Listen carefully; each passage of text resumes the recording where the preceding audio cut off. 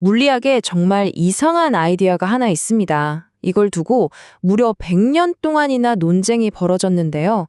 그 불을 지핀 사람이 바로 역사상 가장 위대한 천재, 아인슈타인이었습니다. 오늘 이 시간에는 바로 그 이야기를 한번 파헤쳐 보겠습니다. 자, 이 모든 논쟁의 한가운데에는 딱 이 질문이 자리 잡고 있어요. 멀리 떨어진 무언가에 그 즉시 영향을 미칠 수 있는 어떤 신비한 힘. 이게 과연 진짜로 가능한 일일까요? 이 아이디어를 처음 접하고 이건 말도 안 돼 라고 생각했던 사람이 바로 아인슈타인이었습니다. 왜냐하면 이건 그가 세운 우주의 절대 법칙, 그러니까 어떤 것도 빛보다 빠를 수 없다는 상대성 이론에 정면으로 부딪혔거든요. 아인슈타인한텐 이건 물리학이 아니라 그냥 마술 같은 소리였던 거죠. 그런데 말이죠. 거의 100년이 지난 지금 우리는 정말 놀라운 결론에 다다르게 됩니다.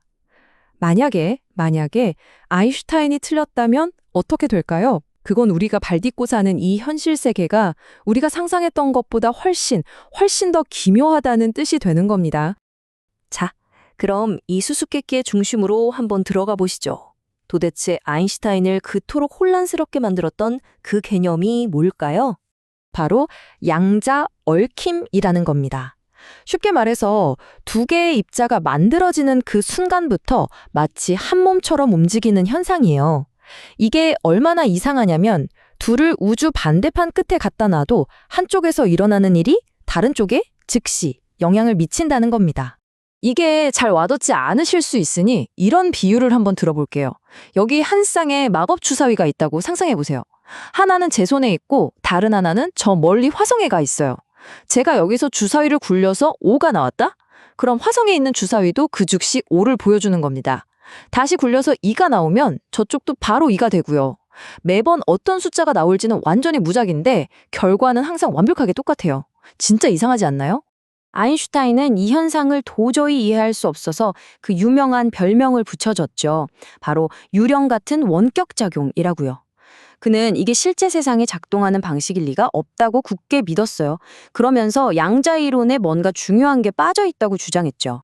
그리고 이 유령 같은 작용은 20세기 물리학을 대표하는 두 거인의 엄청난 지적 대결의 중심에 서게 됩니다. 바로 아인슈타인과 닐스 보어의 대결이었죠. 이 두 사람의 세계관은 정말이지 하늘과 땅 차이였습니다. 아인슈타인은 국소성과 실제론을 믿었어요. 이게 뭐냐면 아주 상식적인 얘기인데요. 우리가 달을 보지 않아도 달은 적이 있는 거고 어떤 물건을 움직이려면 바로 옆에서 밀어야 한다는 거죠. 너무 당연하잖아요. 하지만 보어의 생각은 달랐습니다. 입자는 우리가 관측하기 전까지는 정해진 상태가 없는 그냥 확률의 구름 같은 거라고 봤어요. 그리고 이 얽힘을 통해 우주 반대편과도 순식간에 연결될 수 있다고 믿었죠. 이 두 사람의 논쟁은 1927년 솔베이 회의에서 본격적으로 시작됐고요. 1935년에 아인슈타인이 동료들과 함께 발표한 그 유명한 EPR 논문으로 정점을 찍습니다. 이 논문의 핵심 주장은 봐라, 이 얽힘 현상이야말로 양자역학이 불완전하다는 증거다, 이거였어요. 근데 수십 년 동안 이 논쟁은 그냥 말싸움에 불과했어요. 철학적인 논쟁이었죠. 왜냐하면 누가 맞는지 실험으로 증명할 방법이 없었거든요. 그냥 그렇게 끝나는가 싶었는데 모든 걸 바꿔놓을 순간이 찾아옵니다. 1964년 존 벨이라는 물리학자가 나타납니다. 이 사람이 정말 대단한 일을 해냈는데요. 이 끝없는 말싸움을 끝낼 수 있는 방법을 찾아낸 거예요.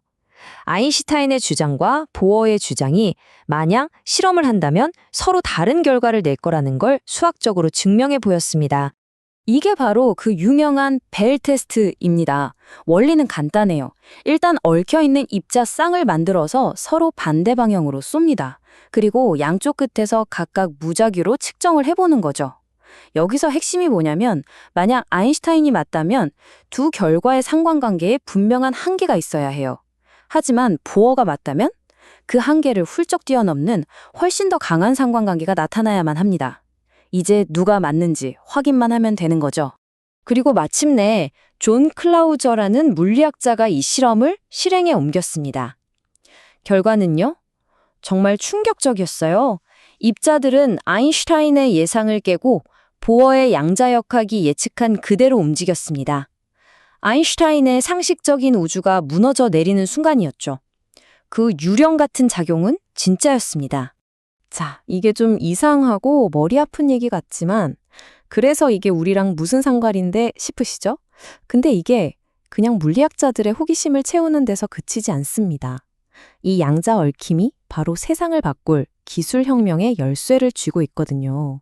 이 얽힘을 이용하면 지금의 슈퍼컴퓨터가 수백, 수천 년을 계산해도 못 푸는 문제들을 단숨에 풀어버리는 양자 컴퓨터를 만들 수 있습니다. 또 누군가 중간에 정보를 훔쳐보려고 하면 그 즉시 연결이 깨져서 알아챌 수 있기 때문에 이론적으로는 해킹이 절대 불가능한 통신망도 만들 수 있죠. 좀 무서운 얘기를 해볼까요? 미래에 양자 컴퓨터가 등장하면 지금 우리가 쓰는 가장 강력한 은행 암호나 국가 기밀 암호를 푸는데 얼마나 걸릴까요? 전문가들은 수십 년이 아니라 단 몇 분이면 충분할 거라고 봅니다. 이처럼 얽힘은 지금의 보안 시스템에겐 엄청난 위협이지만 동시에 양자 통신이라는 완벽한 보안 기술의 문을 열어주는 열쇠이기도 한 거죠.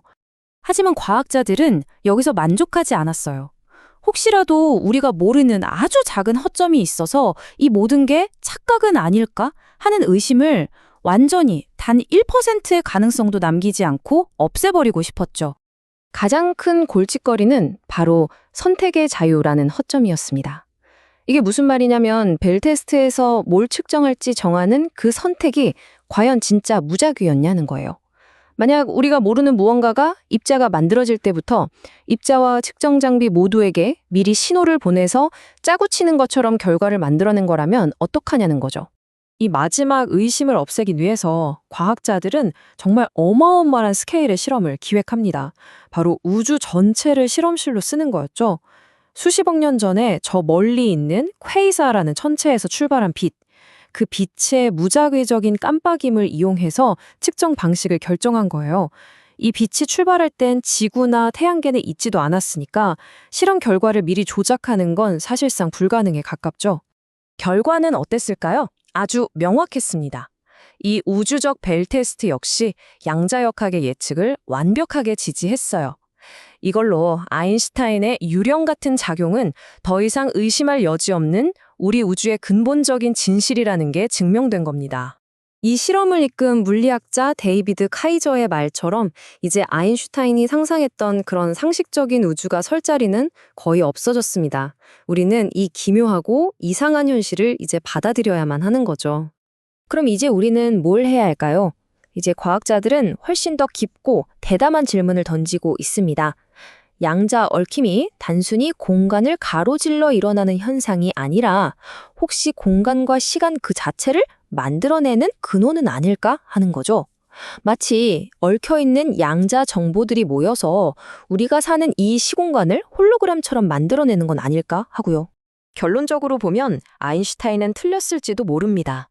하지만 그의 그 끈질긴 의심과 질문이 아니었다면 우리는 우주가 품고 있던 가장 깊고 기묘한 비밀, 바로 이 양자 얽힘을 과연 발견할 수 있었을까요?